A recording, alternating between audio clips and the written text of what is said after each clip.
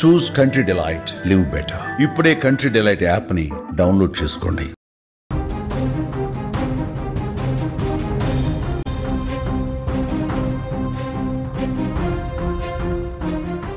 Breaking news చూస్తున్నాం. యాదాద్రి భువనగిరి జిల్లాలో విషాదం నెలకొంది.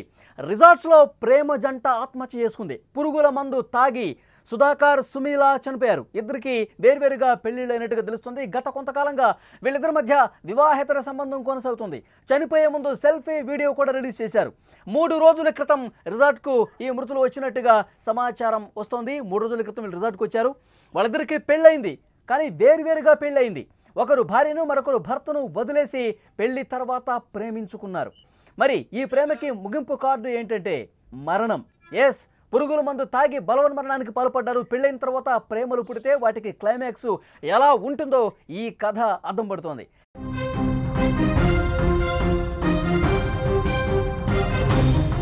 మేడ్చల్ మల్కాజ్గిరి జిల్లా రామంతపూర్ కేసీఆర్ నగర్కు చెందిన బంధబాల సుధాకర్, రామంతపూర్లోని గాంధీనగర్కు చెందిన పాసాల సుష్మిత సమీప బంధువులు. వాళ్ళిద్దరూ వరుసకు బావమరదళ్ళు. ఇద్దరికి వేరువేరుగా పెళ్లిళ్ళు జరిగినాయి.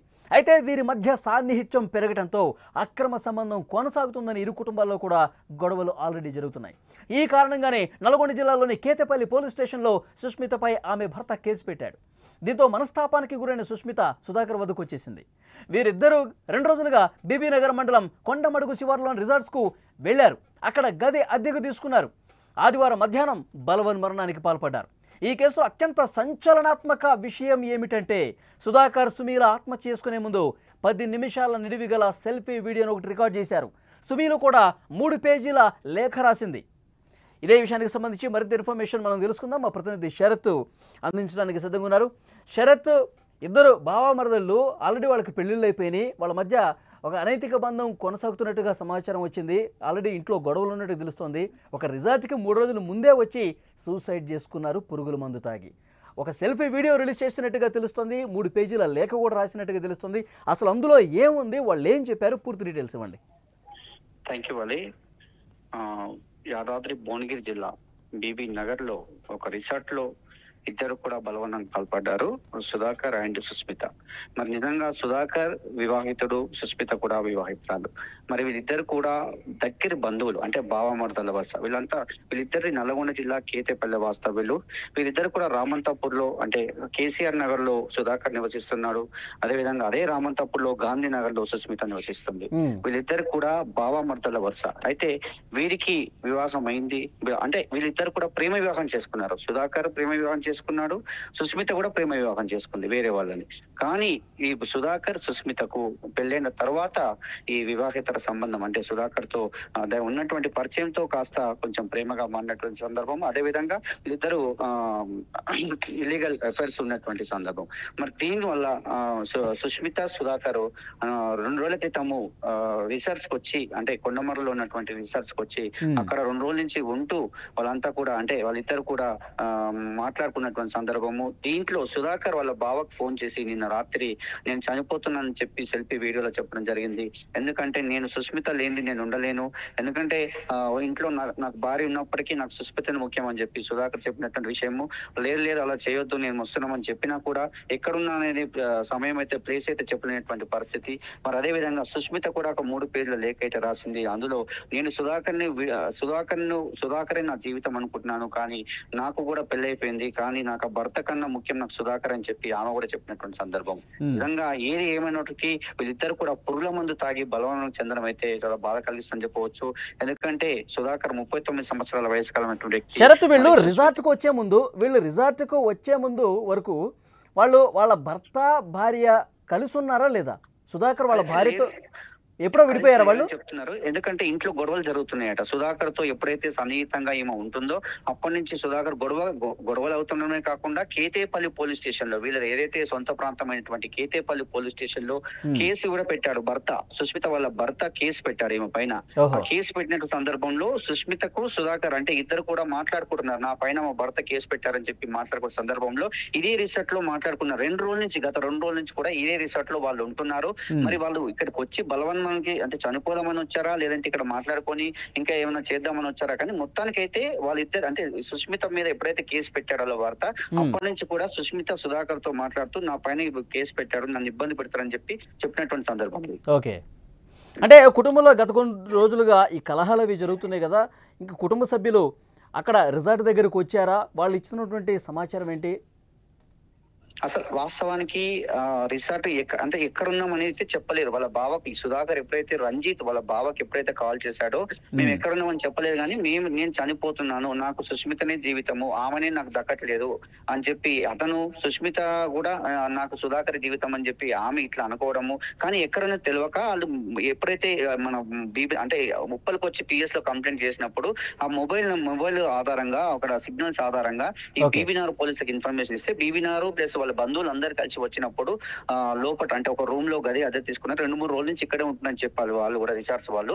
చూసినట్లయితే తలుపులు తట్టి తీయగా వాళ్ళిద్దరు కూడా మంచం మీద అవిగత జీవులు పడి ఉన్నారు, అంటే పురుగుల మందు తాగి చనిపోవడం జరిగింది. ఇప్పుడు వీళ్ళిద్దరూ ఒక సెల్ఫీ వీడియో రిలీజ్ చేశారు, అలాగే సుష్మిత కూడా 3 పేజీలు లేఖ రాసింది. అందులో ఏ విషయాలు పేర్కొన్నారు వాళ్ళు? అందులో ఇదే విషయాలు మెయిన్ గా. సుష్మిత అసలు వాస్తవానికి బావా మర్దల వరుస వాళ్ళది. బావా మర్దల వరుస అయినప్పటికీ సుధాకర్ సుష్మిత ఇద్దరు కూడా మరి ప్రేమ వివాహం చేసుకున్నారు. ఇందులో ఒకటి చూడండి, మరి సుధాకర్ ప్రేమ వివాహం చేసుకున్నాడు, సుష్మిత కూడా ప్రేమ వివాహం చేసుకుంది.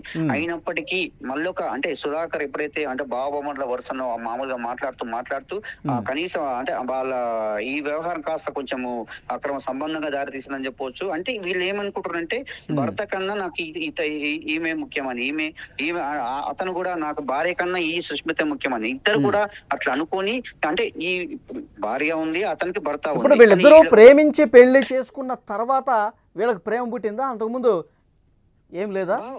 బావ బొమ్మర్ల వరుస మామూలుగా అప్పుడు పరిచయం ఉండేనట్టు, కానీ ఇంత పరిచయం లేకుంటే బావ బొమ్మర్ల వరుస కాబట్టి మామూలుగా మాట్లాడుతూ పెళ్లి చేసుకున్న తర్వాతనే దీనికి అక్రమ సంబంధాన్ని దారితీసిందని చెప్పవచ్చు నిజంగా. ఎందుకంటే దీన్ని బట్టి చూస్తే మాత్రము పెళ్లి చేసుకున్న తర్వాతనే వీరికి కొంచెం ప్రేమాయణం కొనసాగిందని చెప్పవచ్చు.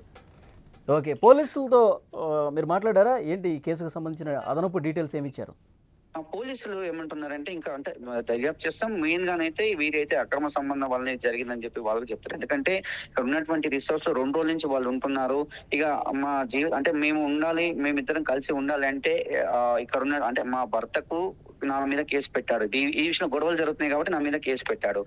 ఓవైపు భార్య కూడా అతను ఇబ్బంది పెడుతుంది సుధాకర్, కాబట్టి ఆ విషయంలోనే వీళ్ళు ఇక్కడికి వచ్చారు. ఇక్కడికి వచ్చి ఇక్కడ మాట్లాడుకున్నారు, 2 రోజుల నుంచి ఇక్కడే ఉంటున్నారు. ఉండి ఈ సెల్ఫీ వీడియో రిలీజ్ చేసి ఆమె లెటర్ రాసిన తర్వాతనే పురుగుల మందు తాగి ఈ క్షణికావేశంలో చేసిన నిర్ణయం అని కూడా అనుకోవచ్చు. ఎందుకంటే పెద్ద మనుషుల సమక్షంలో కొన్ని గొడవలు కూడా జరిగినాయట, అయినప్పటికీ కూడా వీళ్ళు మారలేదు, వీళ్ళ పరిస్థితి మారలేదు, వీళ్ళు ఇలానే కొనసాగిస్తున్నారని చెప్పి ఆ విధంగా కూడా అంటే ఆ ఇంట్లో గొడవలు అవుతున్నాయి, ఇటు సుధాకర్ వాళ్ళ ఇంట్లో గొడవలు, సుష్మిత వాళ్ళ ఇంట్లో గొడవలు జరుగుతున్నాయి. ఓకే శరత్, ఈ కేసుకు సంబంధించి మరింత ఇన్ఫర్మేషన్ కోసం మళ్ళీ ఒకసారి మిమ్మల్ని కాంటాక్ట్ అవుతాం. అది అక్కడ ఎంత దారుణమైనటువంటి పరిస్థితి అంటే వీళ్ళిద్దరూ కూడా సుధాకర్ కావచ్చు సుష్మిత ప్రేమ వివాహాలే చేసుకున్నారు. వీళ్ళిద్దరికి పెళ్ళైన తర్వాత బావ వరుస అయినటువంటి సుధాకర్తో సుష్మిత మళ్ళీ ప్రేమాయణం కొనసాగించింది. అక్రమ సంబంధం, అనైతిక బంధాలు అనేవి ఏ విధంగా ఎంత విషాదకరమైనటువంటి ముగింపు పలుకుతాయనేది ఈ కథ కూడా అద్దం పట్టే పరిస్థితి కనిపిస్తుంది. వీరిద్దరూ రిసార్ట్కి వెళ్ళిపోయారు, 3 రోజులుగా ఆ రిసార్ట్లో కలుస్తున్నారు. చివరి రోజు ఆదివారం రోజు వాళ్ళు సూసైడ్ చేసుకుందాం అనుకున్నారు. ఒక బంధువుకి ఫోన్ చేసి కూడా చెప్పారు, సుష్మిత లేకుండా నేను బతకలేను, సుష్మితతోనే నేను ఉండాలి. అంతకుముందే వాళ్ళ ఫ్యామిలీస్లో గొడవలు జరుగుతూ ఉన్నాయి. ఆల్రెడీ వీళ్ళిద్దరూ ప్రేమించి పెళ్లి చేసుకున్నారు. ఏమేమో వేరే అతన్ని ప్రేమించి పెళ్లి చేసుకుంది, సుధాకర్ వేరే అమ్మాయిని ప్రేమించి పెళ్లి చేసుకున్నారు. మరి ఆ ప్రేమంతా ఏమైపోయింది? వీళ్ళు పరిచయం అయిన తర్వాత వరుసకు బావనేసరికి వీళ్ళు బంధాలు అనైతికంగా కొనసాగించి అక్రమంగా సంబంధాలు కొనసాగించి ఇప్పుడు చావు వరకు వచ్చినటువంటి పరిస్థితి.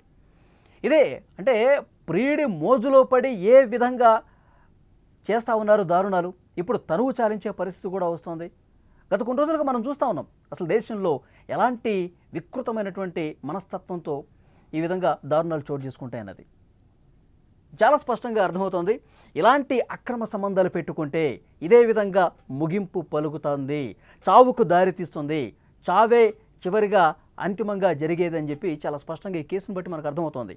ఇది పూర్తిగా ఒక అనైతిక బంధం అనేది వీళ్ళు కొనసాగించారు కాబట్టి ఒకరిని ఒకరు విడిచి ఉండలేకపోతున్న పరిస్థితి. ఆల్రెడీ ఈ కుటుంబంలో గొడవలు జరుగుతూ ఉన్నాయి. మీరు ప్రేమించి పెళ్లి చేసుకున్నారు, పెద్దలను ఒప్పించి చేసుకున్నారు, మరి ఇప్పుడు ఇదేంటి అని చెప్పి కుటుంబ సభ్యులే వాళ్ళ మధ్య కొంత వాళ్ళ మనసులు మార్చే ప్రయత్నం చేశారు. ఇది పద్ధతి కాదు, మీరు ఎంచుకున్నటువంటి పద్ధతి సరైంది కాదు, ఇప్పటికైనా మీరు మారండి అని చెప్పి వాళ్ళని ఏ విధంగా కౌన్సిలింగ్ ఇచ్చినా కానీ మారని పరిస్థితి. మళ్ళీ వీళ్ళు ఒక రిసార్ట్కి వెళ్ళిపోయి ఈ పెద్దలు మన ప్రేమను ఇష్టపడలేదని చెప్పి అఘాయిత్యానికి పాల్పడ్డారు. ఆత్మహత్య చేసుకుని చనిపోయిన పరిస్థితి ఉంది. ప్రస్తుతం పోలీసులు కేసు నమోదు చేసుకుని దర్యాప్తు చేస్తున్నారు.